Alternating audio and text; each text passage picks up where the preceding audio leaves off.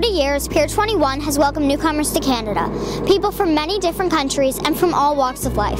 Today, Pier 21 tells their story, the story of immigration, part of the story of Canada.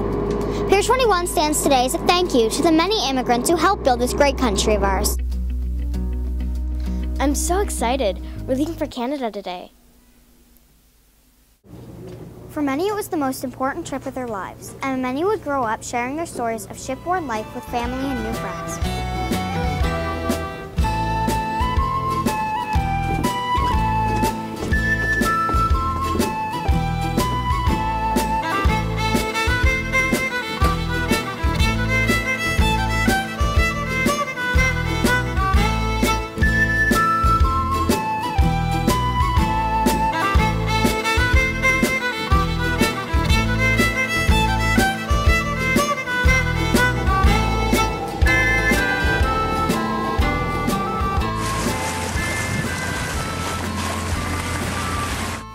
It often took a week or more to cross the Atlantic on these huge ships.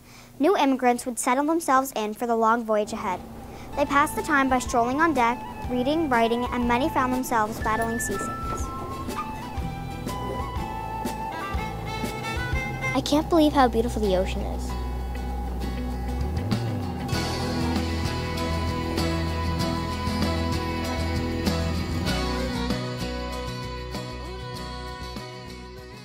Each day, ships would dock at Pier 21 with hundreds of anxious passengers on board.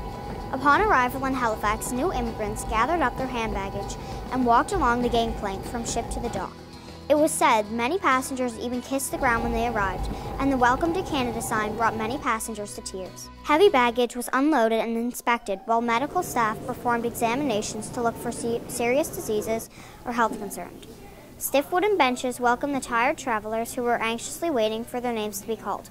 This began the nail-biting process that all new immigrants would face. One after another, they would process through Pier 21. Halifax was not always the final destination for all who came to Canada. Many continued their journey to other Canadian cities and towns. Many new immigrants purchased train tickets at the Canadian Pacific Railway wickets before boarding trains that would take them inland for their final destination. Since the 1960s, the majority of immigrants had chosen air travel over multi-day Atlantic ship crossings. The last ship arrived at Pier 21 on March 28, 1971. Shortly after that, Pier 21 closed its doors as an immigration shed. Gone now are the clanging trains, hundreds of employees and volunteers, the steaming cups of tea, crying babies, and stuffed animals. Pier 21 will reopen on July 1, 1999 as a National Historic Site. At Pier 21 today, visitors can hear immigrants tell their own stories, take a mock train journey, and view video recollections recalling the journeys people made to get here. The facility also has an extensive research library and database on immigrants and the ships that carried them to Halifax. Mary Ann Ferguson knows both sides of the immigration story. Mrs. Ferguson came to Canada in 1939 at the age of 13 from Poland. Her family was so impressed by the kindness of the people that they decided to settle in Milford Station, Nova Scotia.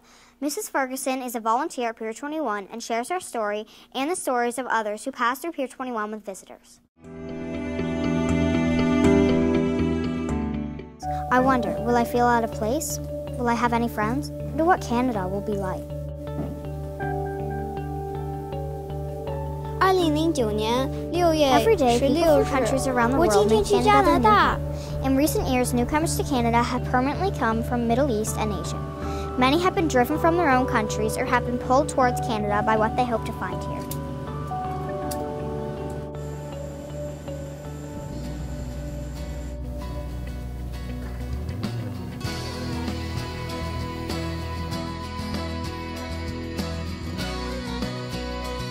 Newcomers to Canada now arrive at the Robert L. Stanfield Halifax International Airport. They even face some of the challenges that those arriving at Pier 21 did many years before. Parents were nervous and uncertain at what lay ahead of them. Children were often excited and happy to be going on this new adventure.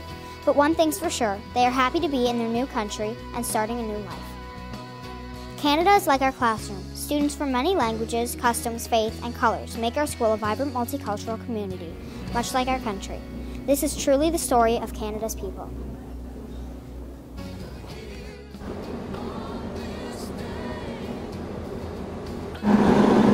days, Pier 21 is a beacon for cruise ships that bring thousands of visitors to Halifax each year. This is Amanda Wenzel reporting from Cape Witness News.